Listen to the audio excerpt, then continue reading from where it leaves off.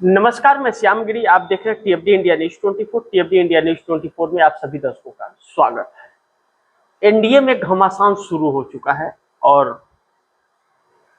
नीतीश कुमार बिहार में जिनको ठिकाने लगा दिया गया था, आनंद मोहन सिंह जेडीयू के जो पूर्व सांसद हैं, उन्होंने जो विरोध किया और बगावत छेड़ी, अब नीतीश कुमार को सक्रिय होना पड़ा। नीतीश कुमार को जिस तरह से भारतीय जनता पार्टी नजरअंदाज करती है और जिस तरह जेडीयू को खत्म करने की कोशिश शुरू कर दी, उससे आनंद मोहन ने एक जंग सी छेड़ दी और आनंद मोहन लगातार उसको लेकर सुर्खियों में रहे। अब नीतीश कुमार को भी आनंद मोहन की बातों को नजरअंदाज नहीं कर सके और अब राजपूत नेताओं को सबको फोन जाने लगा है, सक्रिय हो गए और बैठक बहुत बड़ा करके निर्णय कुछ लेने जा रहे हैं। हम पहले इन बातों को समझे कि एनडीए में जो घमासान बिहार में शुरू हुआ और 85 एमएलए बगावत करेंगे क्या, जबकि 70 तो बगावती थे ही पहले ही, सम्राट चौधरी को सीएम चुनने के पहले ही। लेकिन अब 18 सांसद भी टकराने लगे हैं। नीतीश नायडू शिंदे एक होते हुए नजर आ रहे हैं। पहले आप दर्शक आनंद मोहन सिंह जो जेडीयू के नेता हैं, उनके बयान बहुत दिलचस्प है। उनके बयान क्या कह रहे हैं आनंद मोहन सिंह, खुद के लिए नहीं कह रहे हैं, या पार्टी के लिए कह रहे हैं कि जेडीयू पार्टी जो है नीतीश कुमार ने बड़ी मेहनत से बनाई थी, भारतीय जनता पार्टी दीमक की तरह उसे चाट रही है। आनंद मोहन सिंह अपने बयानों में कहते हैं कि नीतीश कुमार ने बेहद खराब हालात वाले बिहार में जेडीयू पार्टी बनाई, उसे ऊंचा मुकाम दिया, लेकिन आज तो उनको जिंदा ही जमीन में दफन कर दिया गया है। नीतीश कुमार का नाम और चेहरा सब गायब कर दिया गया है, कहीं नीतीश का नामो निशान नहीं है। गांधी मैदान में शपथ ग्रहण हुआ कैबिनेट विस्तार पर मंत्रियों का और 85 एमएलए के साथ उनका नेता खड़ा था नीतीश कुमार, लेकिन कहीं एक तस्वीर तक नहीं लगी थी। जब वो मुख्यमंत्री थे तो घटक दल के 2 उप मुख्यमंत्री की तस्वीरें छपती थी, ललन सिंह और विजय सिन्हा की। लेकिन आज बिहार में किसी भी बोर्ड पोस्टर पर बतौर डिप्टी सीएम विजय चौधरी और विजेंद्र यादव का नाम नहीं है। इन सबके बीच में भाजपा को दोष क्यों दूं? हर पार्टी एक छत्र अधिकार चाहती है, लेकिन जेडीयू के लोग आवाज क्यों नहीं उठा रहे कि भारतीय जनता पार्टी ऐसा कर रही है? जेडीयू के लोग आवाज क्यों नहीं उठाते हैं कि नीतीश कुमार को पोस्टर से बाहर क्यों किया गया, किसने इस साजिश को अंजाम दिया? अब यह चीजें आनंद मोहन सिंह की कांटे की तरह चुभी है। ललन सिंह को बहुत बुरा लगा कि कहीं ऐसा ना हो कि सोई हुई पार्टी फिर से जग जाए, तो ललन सिंह ने कह दिया कि आनंद मोहन सिंह कौन है? यह नेताओं की एक बेशर्मी जो होती है, यह खुल करके सामने आती है। वही ललन सिंह हैं जो पहले भारतीय जनता पार्टी को पानी पी पी करके कोसते थे। अब वही ललन सिंह हैं, संघी बनने के बाद, संघ के नजदीक जाने के बाद, अमित शाह की गोद में बैठने के बाद, वह अपनी ही घर को पहले क्या ना कि डसने की काम कर रहे हैं। कहते हैं ना, डायन भी 7 घर छोड़ करके डसती है कि पड़ोसी है, कम से कम पड़ोसी तो सही रहे, 7 घर छोड़ के डसती है। यहाँ तो खुद के घर को डसा जा रहा है। तो ललन सिंह और संजय झा जिस तरह से कर रहे हैं, इससे जेडीयू के अंदर दरार पड़ रहा है। बहुत शातिर दिमाग से किया जा रहा था। नीतीश कुमार को हटाने के बाद निशांत कुमार को पैर कतरा गया था कि वह उठ ना पाए, और ऐसा बदनाम किया जा रहा है कि स्वास्थ्य मंत्री बना करके कि स्वास्थ्य विभाग मिल गया है, अपना और पापा के स्वास्थ्य का ध्यान रखें। और उनको भी ऐसा पेश किया जाता है निशांत कुमार को कि जैसे कोई बकलोल। सोचिए, नीतीश कुमार के बेटे हैं, शिक्षा मंत्री हैं। यह बात सच है कि उनको राजनीति का अभी उतना ज्ञान नहीं है, अभी नए नवेले हैं, नए आए हैं, अभी तक तो वो विधायक भी नहीं बने हैं। लेकिन उनको अभी से उनके क्रेज को खत्म करने का एक नाकामयाब कोशिश हो रही है। ऐसे में अब नीतीश कुमार सभी नेताओं को फोन कर रहे हैं, सभी राजपूत भूमिहार नेताओं को फोन करके बुला रहे हैं, बैठक करने जा रहे हैं। आनंद मोहन सिंह की इन बातों पर अब गंभीर हो गए हैं नीतीश कुमार। अब सम्राट चौधरी सरकार संकट में आ रही है, क्योंकि नीतीश कुमार के हर फैसले को बदलने की कोशिश की है। 85 एमएलए कभी भी आंख दिखा सकते हैं। अब लेकिन दूसरे प्लान पर भी काम हो रहा है। लेकिन 18 सांसद भी टकराने लगे हैं। नायडू, नीतीश शिंदे, चंद्रबाबू नायडू के बेटे नारा लोकेश दिल्ली पहुंच गए हैं आर और पार की बात करने के लिए कि भैया आप अगर सुनते हो तो ठीक है, नहीं तो रास्ते हमारे पास बहुत अनेकों हैं।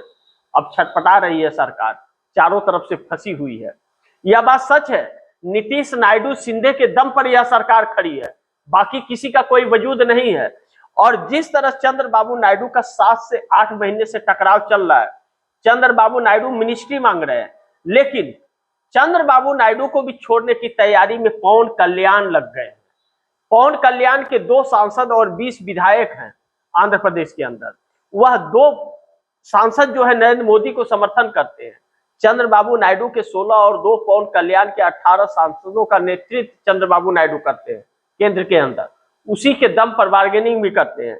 लेकिन पवन कल्याण के खिलाफ उनके पार्टी के लोग हो गए हैं कि जब विजय थलापति तमिलनाडु के अंदर अपनी सरकार बना सकते हैं, पहचान छोड़ सकते हैं, तो फिर आप क्यों नहीं? आप अगर चंद्रबाबू नायडू और भाजपा के साथ रहे तो आप जहां हैं उससे भी नीचे चले जाएंगे। आप अपने जनादेश को बुलाइए, जनता आपके साथ है, लेकिन भ्रष्ट लोगों का साथ छोड़िए, नहीं तो आने वाला वक्त बहुत दिक्कत हो जाएगा।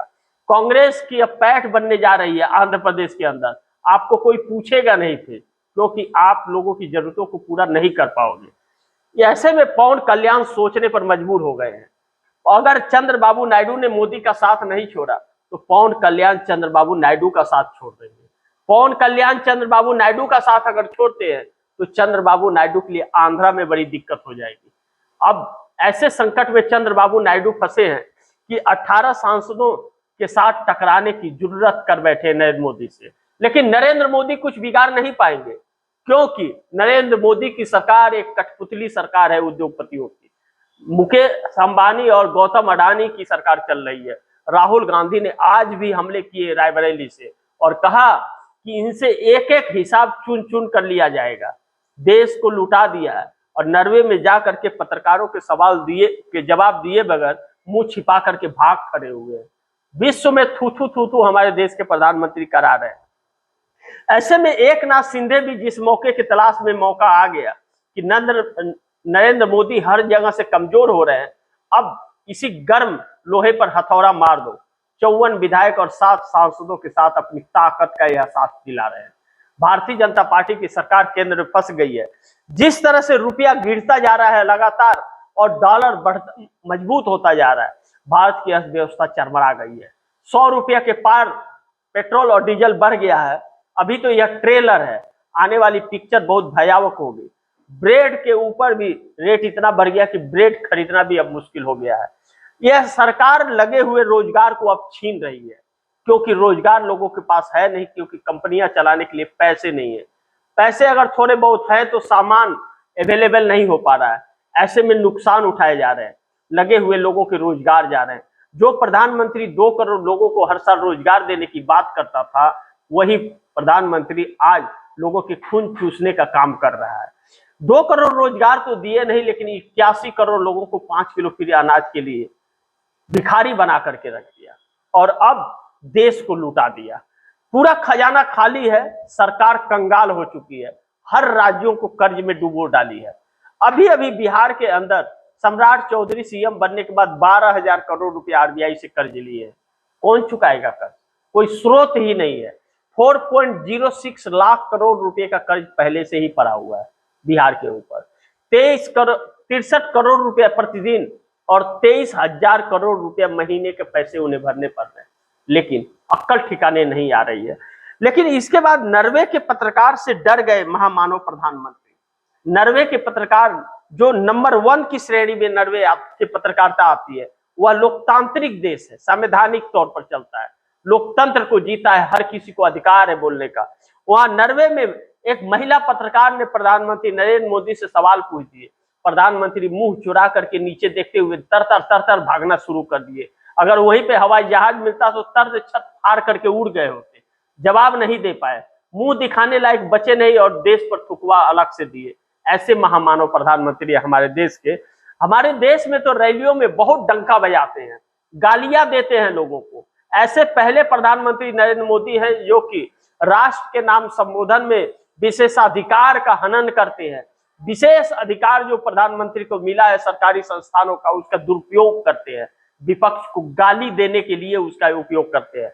पार्लियामेंट के अंदर विपक्ष को बोलने नहीं दिया जाता। स्पीकर ओम बिरला के मुंह पर ताला लग जाता है जब भाजपा के लोग बोलते हैं, और वही विपक्ष के लोग बोलते हैं तो वह बोलने के पहले ही उनको रोक देते हैं। यह कहाँ का लोकतंत्र है और कहाँ का संविधान है? कानून का हवाला देते हैं लेकिन उसी कानून का यह पालन नहीं करते हैं। एक ऐसी सरकार देश के अंदर आ गई है कि सब तहस नहस बर्बाद कर दी है।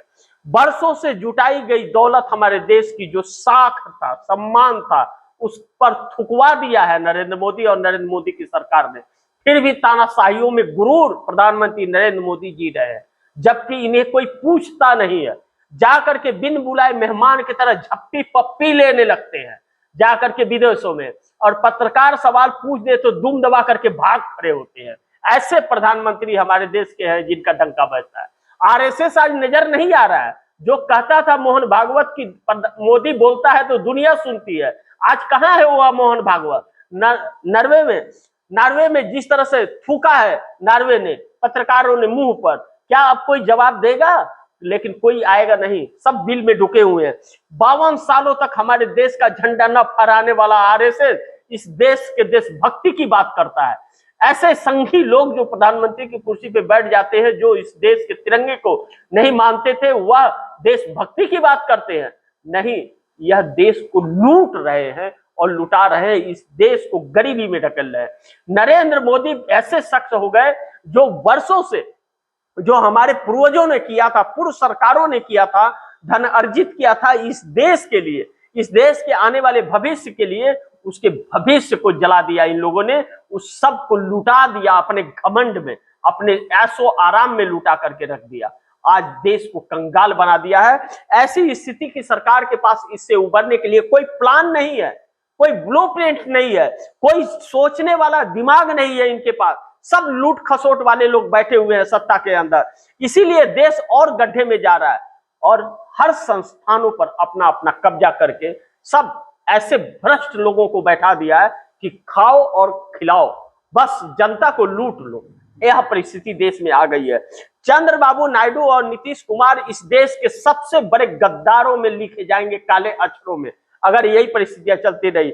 आज अपने पे आई है तो यह लोग एक्टिव हुए हैं। 18 सांसदों के साथ वह भी अब समर्थन वापसी की विचार कर रहे हैं, बात कर रहे हैं कि, लेकिन वहां भी शर्तें हैं। अगर शर्तें मान लिए तो सरकार अच्छी है, और शर्तें न माने तो आरोप लगा करके साइड हो जाएंगे। नीतीश कुमार की पार्टी हड़पी जा रही है तो नीतीश कुमार अचानक एक्टिव हुए हैं तब जब आनंद मोहन सिंह इनको लेकर के आवाज उठाना शुरू कर दिए। आनंद मोहन सिंह के बागी जो तेवर हैं वह अब जेडीयू को उठा दिए, नींद से जगा दिए हैं, अब एक्टिव हो गए।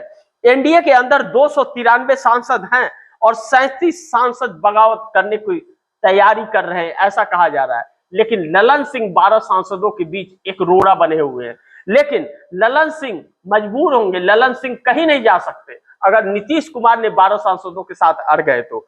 चंद्रबाबू नायडू 16 और 2 पवन कल्याण के 18 सांसदों के साथ आर पार की बात करने के लिए उनके बेटे नारा लोकेश दिल्ली पहुंच गए हैं। 7 सांसदों के साथ बड़ी तैयारी एकनाथ शिंदे की महाराष्ट्र में चल रही है। ऐसे में नरेंद्र मोदी की रातों की नींद उड़ी हुई है। सरकार कब अब तब वाली परिस्थिति में आकर के खड़ी हो गई है। लेकिन सरकार जाए या रहे, सवाल यह नहीं है, सवाल यह है कि देश बचेगा या नहीं बचेगा, क्योंकि देश लुटा दिया इन्होंने, गुलाम बना दिया। सुब्रमण्यम स्वामी, चाहे वह नितिन गडकरी, चाहे मुरली मनोहर जोशी, यशवंत सिन्हा ने आरोप लगाए थे। राहुल गांधी ने कहा था कि प्रधानमंत्री का चेहरा बदल दो वरना देश गुलाम हो जाएगा। आज नरेंद्र मोदी ने वह गुलाम कर ही दिया। आखिर ऐसे में कांग्रेस मोदी पर हमलावर है और राहुल गांधी ने मोदी का मुखौटा उतार दिया। रायबरेली में एक भाषण देते हुए राहुल गांधी ने देश को आगाह किया कि तैयार रहिए, मजबूती से और सतर्कता से रहिए, बहुत बड़ी आर्थिक मंदी आने वाली है जो झेल पाना बहुत मुश्किल होगा। बहुत साजिश के तहत रेट बढ़ाया जा रहा है। देश को आज भी धोखा देने की कोशिश नरेंद्र मोदी कर रहे हैं। नरेंद्र मोदी ने अपनी गुलामी पर के फाइल पर हस्ताक्षर कर दिया है अमेरिका के ट्रेड डील के जरिए। एप्स्टीन फाइल से बचने के लिए यह सब किया जा रहा है, यानी कि कुकर्मों से बचने के लिए देश को गिरवी रखा जा रहा है और देश को तहस नहस किया जा रहा है। मैन्युफैक्चरिंग सेक्टर को पूरी तरह से तबाह कर दिया गया है। लोग बेरोजगार होकर कराह रहे हैं, बच्चे पेपर लीक से करा रहे हैं और महिलाएं अपनी इज्जत बचाती फिर रही है ऐसे ही दरिंदों से। अब ऐसी सरकार हो तो उस देश का क्या भला होगा, इसका फैसला आप खुद कीजिए। लेकिन देश बहुत बड़े संकट में है और यही चीजें अगर एकता में बदल गई तो नरेंद्र मोदी की छुट्टी हो जाएगी। 100% गारंटी के साथ मोदी गायब से हो जाएंगे और सत्ता फिर कोई भी आए इतना आसान नहीं होगा आप संभाल पाना, क्योंकि अब A to Z हर चीजों को इन लोगों ने तहस नहस कर दिया है। अब यह देश 50 साल पीछे जाकर के उस गुलामी में और उस दशा में जी रहा है जो खाने के मोहताज और जात पात का भेदभाव हुआ करता था। बड़ी मुश्किल से ऐसी परिस्थितियां से देश को निकाला गया था, लेकिन नरेंद्र मोदी की चाहत ने इस देश को फिर एक गंदे नाली में ढकेल दिया है।